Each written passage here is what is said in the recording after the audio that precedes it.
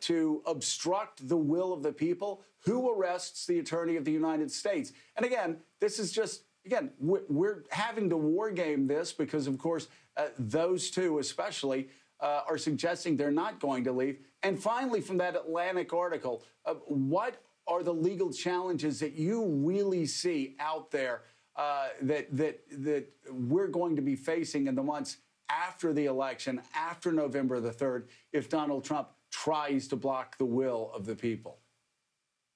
Well, good morning, Joe.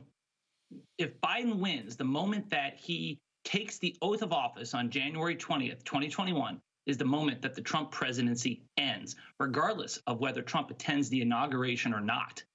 And so if he lingers in the White House, that he can be removed by the Secret Service or other federal agents because he's going to be a private citizen like everyone else. He can also be arrested for criminal trespass. He doesn't enjoy the Department of Justice's internal memorandum anymore that protects a sitting president from being charged or indicted.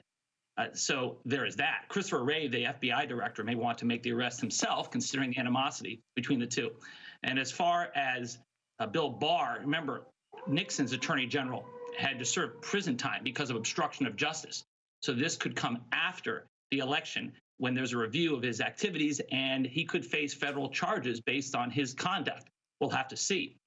And as far as the Atlantic article, you know, I am less pessimistic than many about what's going to happen, because for those type of shenanigans to occur where the Republican legislatures appoint their own electors to push forward Trump, regardless of what the public said, that would require, number one, a close election, which, as you saw from the polls, looks like it may not happen. I mean, Biden is ahead in recent polls in Ohio, which counts its absentee ballots at the beginning.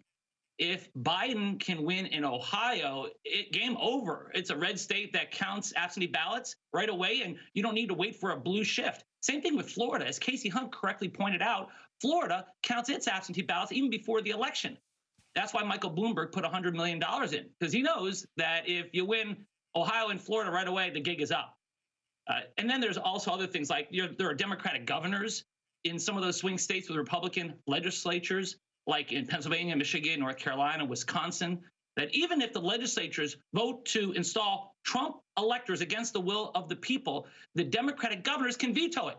And in those states, they don't have enough Republican legislators to override a governor's veto. You know, a lot of this stuff has been tried before.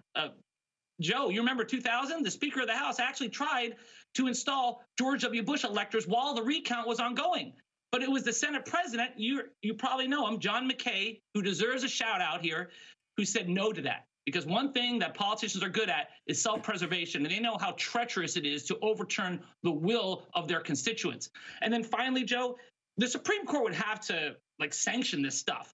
And what's to say that the same Supreme Court that ruled 7-2 against Trump on his taxes, including Gorsuch and Kavanaugh, whom Trump appointed, would roll over and allow these type of shenanigans to occur? They've got lifetime appointment on the Supreme Court. They don't need President Trump anymore. So a lot of this controversy was started by a Trump legal advisor who boasted about this strategy. But I think that's what they want us to talk about. They want us to be demoralized and to lose faith in our democracy.